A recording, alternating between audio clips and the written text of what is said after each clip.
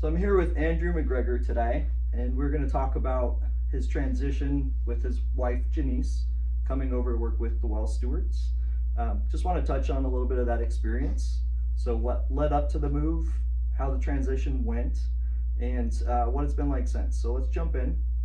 First question, the decision to move. Start with some of the factors that went into that decision, how you came to that conclusion, what you and Janice had talked about, and kind of what drove that. Yeah.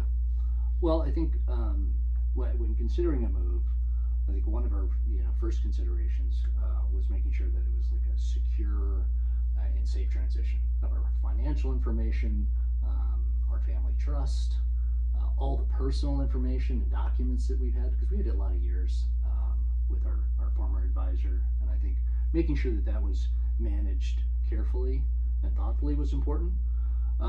And having worked with you for a number of years, you built a level of trust with us, and we knew that you would hold our hands and take the level of precision and care necessary to make sure that this migration of all this information was done well and correctly. Yeah. So that's important. I think the other factor that was important for us is to make sure that we're outside of just kind of the logistics of the move, is that we're putting our faith and our financial success into the hands of an organization that understood kind of the strategic management necessary for good performance.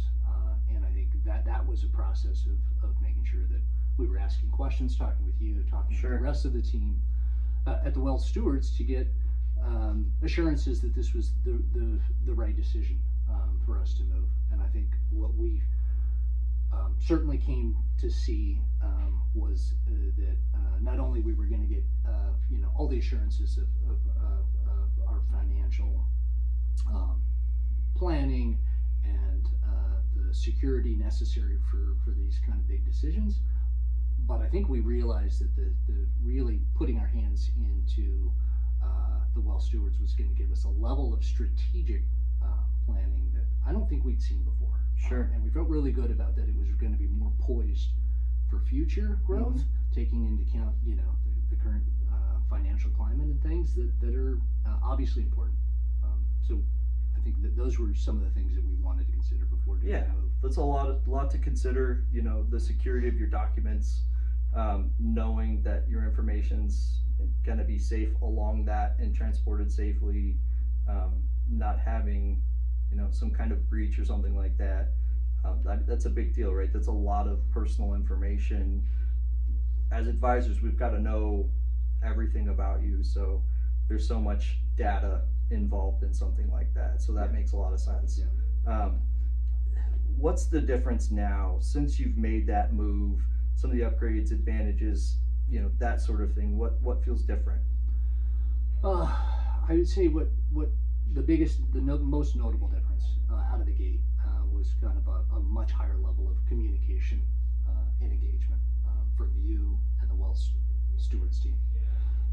We saw that out of the gate.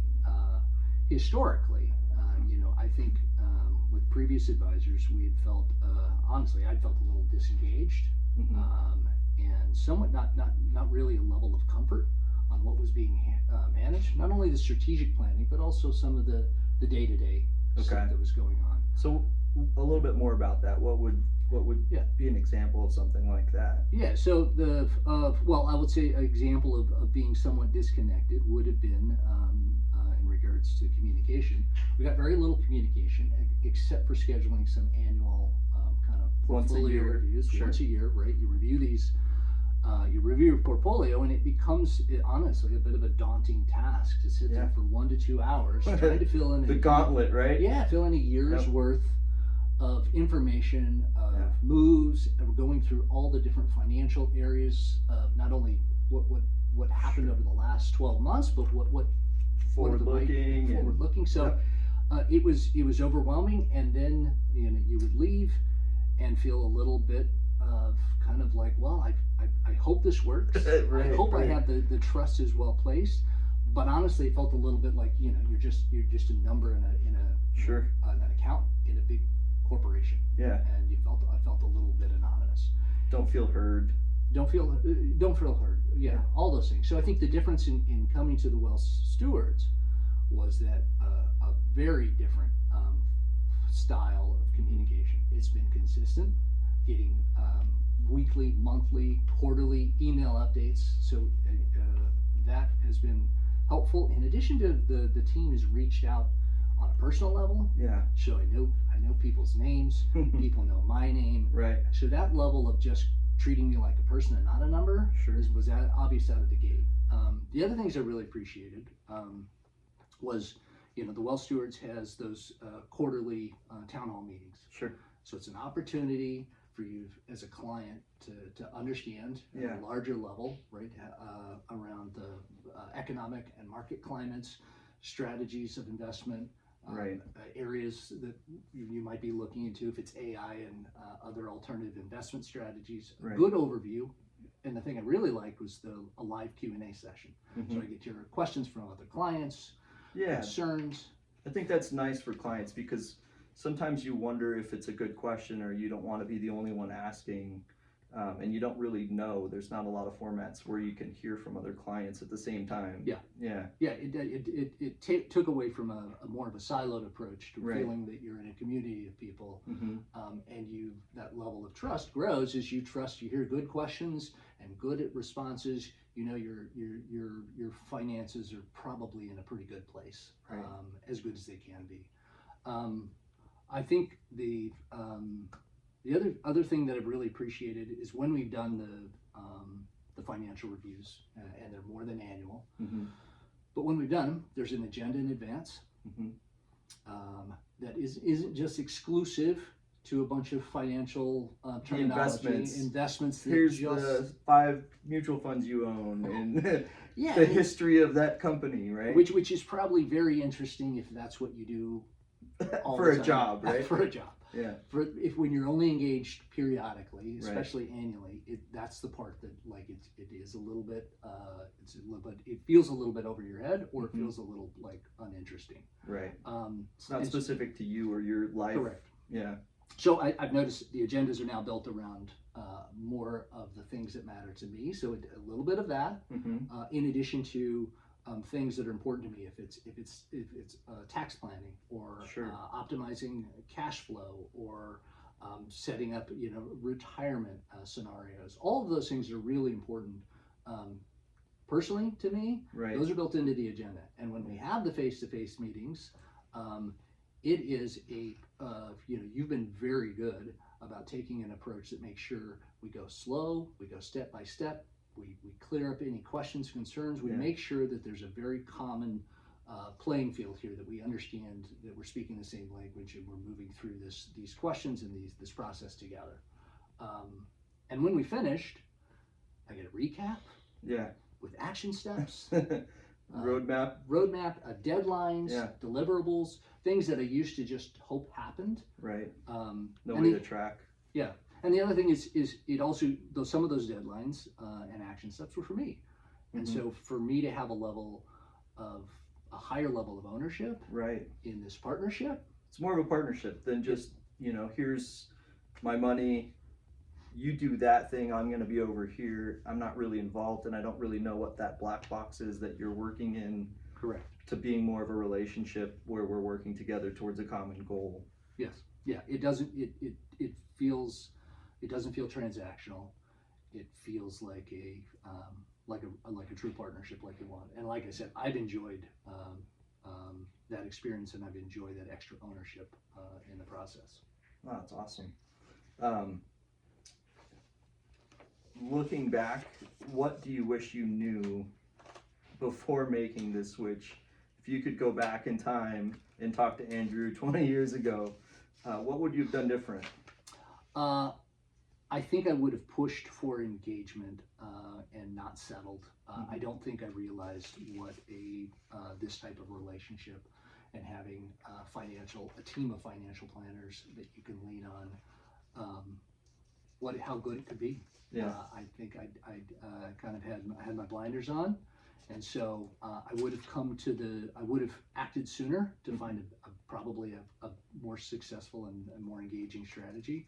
I think the other piece is, because I'd handed it off, and the only times you participated was once a year, Right. you didn't have to do much. You didn't have Yeah. to, I didn't have a good filing system of Sure. emails and a good record keeping, that was in the cloud, and all these kinds of things that are important when I'm taking a higher level of ownership in Right. my financial performance.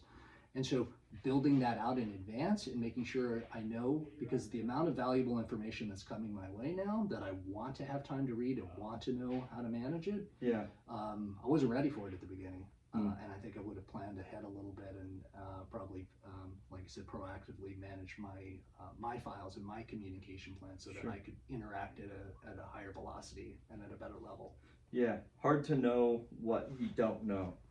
So Absolutely. yeah, not knowing to ask some of the questions and not knowing really what exists puts you at a disadvantage, and it's hard to know that. Yeah. Yeah.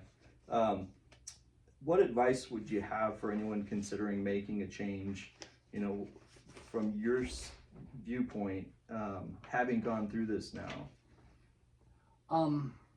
I would say first off, if someone's looking at making a change, I would recommend that they be inquisitive Yeah. and ask questions.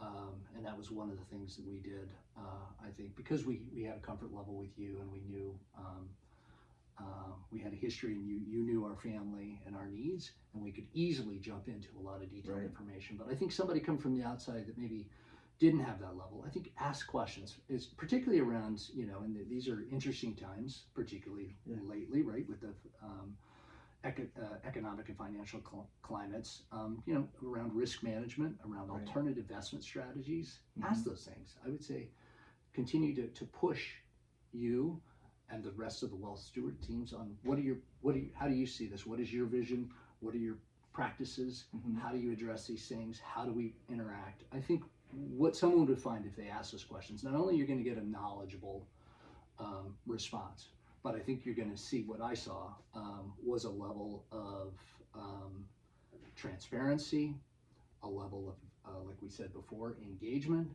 That was a level of curiosity from your side, wanting to understand Mhm. my take and my perspectives on Yeah. these What's things. important to you? Yeah, what's important to yeah. me and where I want to go. So I think someone that does that would really enjoy that dialogue and Mhm. the conversation. And my guess is they're going to like what they hear Yeah. because we did. And I think even better than that, they're going to enjoy the experience of that. Wow.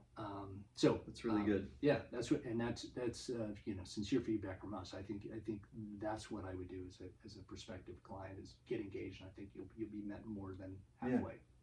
Excellent. Well, I really appreciate you taking time to share your experience. It's valuable for people that don't know what they're missing and they haven't had a chance to go through that, just to hear from someone. And this isn't my perspective, this is your experience with it and how it's been impactful to you. So I think that's really helpful. So want to thank you for coming in and doing that today. Yeah, it's been my pleasure. That's why I'm here. This is part of the partnership. Absolutely. Yeah, it's a team effort. So It is. excellent. Thanks.